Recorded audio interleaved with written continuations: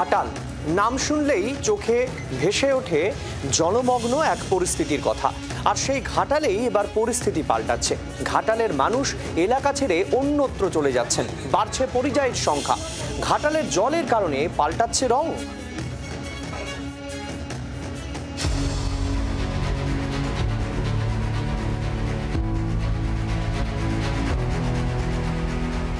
ঘাটালার চাষবাস ভালোবাসে না। বছরের অর্ধেক সময় তো জল, চাষ করে বছরের পর বছর ক্ষতি বইবে কে? ফলে বিকল্প পেশায় ঝুঁকে পড়া হয়তো অনিবার্যই ছিল ঘাটালের নয়া প্রজন্মের। তাই ঘাটালের তরুণদের একটা বড় অংশের ঠিকানা আজ মধ্যপ্রদেশ, রাজস্থান বা দক্ষিণ ভারত।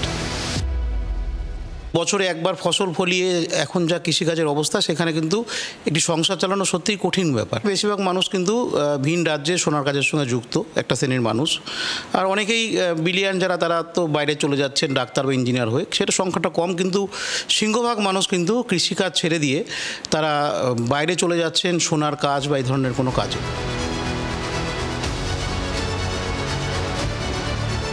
কেউ সোনার উপর কারিগর, কেউ বা সাধারণ শ্রমিক।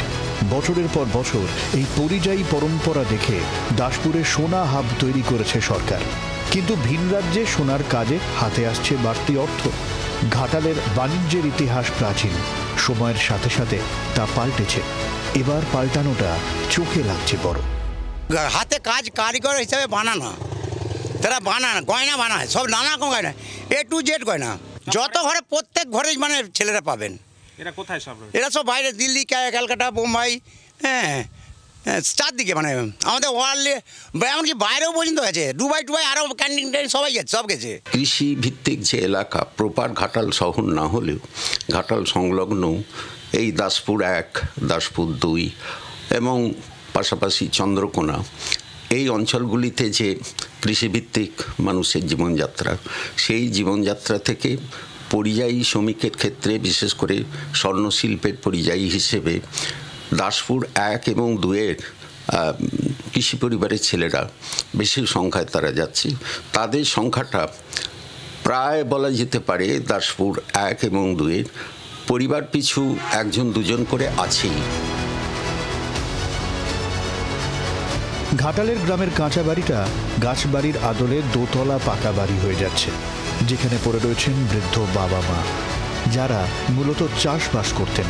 আর ছেলেরা উপার্জনের খাতিরে এখন পড়ে রয়েছেন ভিন রাজ্যে। যাতায়াত হলে তবু বা ঘরের ছেলের সঙ্গে টান থেকে যায়। সমস্যা হলো অনেকে আর ফিরছেন না।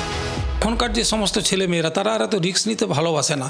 তারা চাইছে যে কিছু হাতের কাজ করি, বা যে কোনো একটা পরিযায়ী শ্রমিক হয়ে বিভিন্ন দেশে বাইরে যদি গিয়ে আমরা আর্থিক দিক থেকে নিজের সংসারটাকে একটু পরিবর্তন করতে পারি। এই করতে গিয়ে সমস্যাটা যেটা হচ্ছে, তাদের অধিকাংশ বাইরে রয়েই যাচ্ছে, তারা আর ফিরছে না।